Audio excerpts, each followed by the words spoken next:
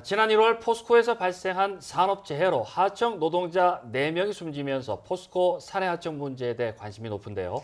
불법 파견을 인정한 2심 판결에 더해 문재인 정부의 정규직 전환 방침까지 나오면서 차기 최정우 포스코가 본격적인 정규직 전환에 나설지 주목됩니다. 장미쁨 기자가 보도합니다. 지난 1월 포항 제철소에서 사고로 숨진 4명과 비슷한 처지에 놓여 있는 하청 노동자들은 포스코 전체 직원 가운데 절반에 달합니다. 이들은 지난 2011년 포스코 직원들과 같은 생산 라인에서 일하면서도 다른 회사 소속이어서 각종 차별에 시달리고 있다며 정규직임을 인정해달라는 소송을 냈습니다.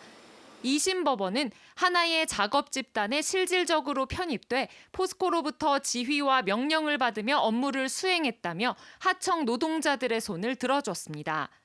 그 업무의 성질과 특성이란 거는 특성 때문에 정규직하고 협업을 해야 되고 또 연속 흐름 공정에서 작업할 수밖에 없다라고 한다면 그거는 업무 성질상 도급하기 어렵기 때문에 파견으로 봐야 되는 근거가 되는 것이지.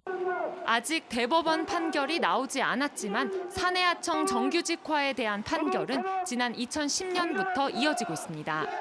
사정이 비슷한 자동차 업계의 경우 생산 라인을 공유하고 있는 사내하청은 불법 파견이라는 대법원 판결이 있었고 비슷한 취지의 선고가 잇따라 나오고 있습니다. 더구나 정규직 전환은 문재인 정부의 기본 방침이고 권오준 전 포스코 회장 역시 지난해 협력업체 직원들의 직접 고용을 검토하겠다고 밝힌 바 있습니다.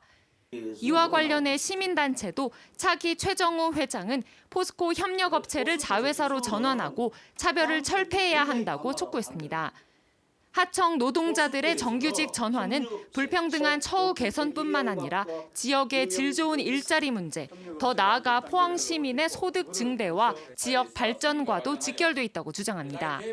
몇몇 정치인들의 자금줄로 전락해서 그 돈을 갖다가 엉뚱한 것을 쓸 것이 아니고 포항 시민들을 위해서 포항 지역의 청년들의 일자리를 만들기 위해서 포스코가 나와주실 것을 촉구를 드립니다.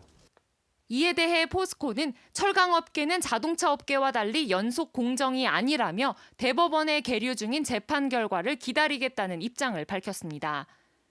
한편 금속노조는 지금까지 포스코 하청 노동자 600여 명이 같은 소송을 냈거나 낼 예정이라며 포스코가 판결을 받아들여 정규직 전환에 적극 나설 것을 촉구했습니다.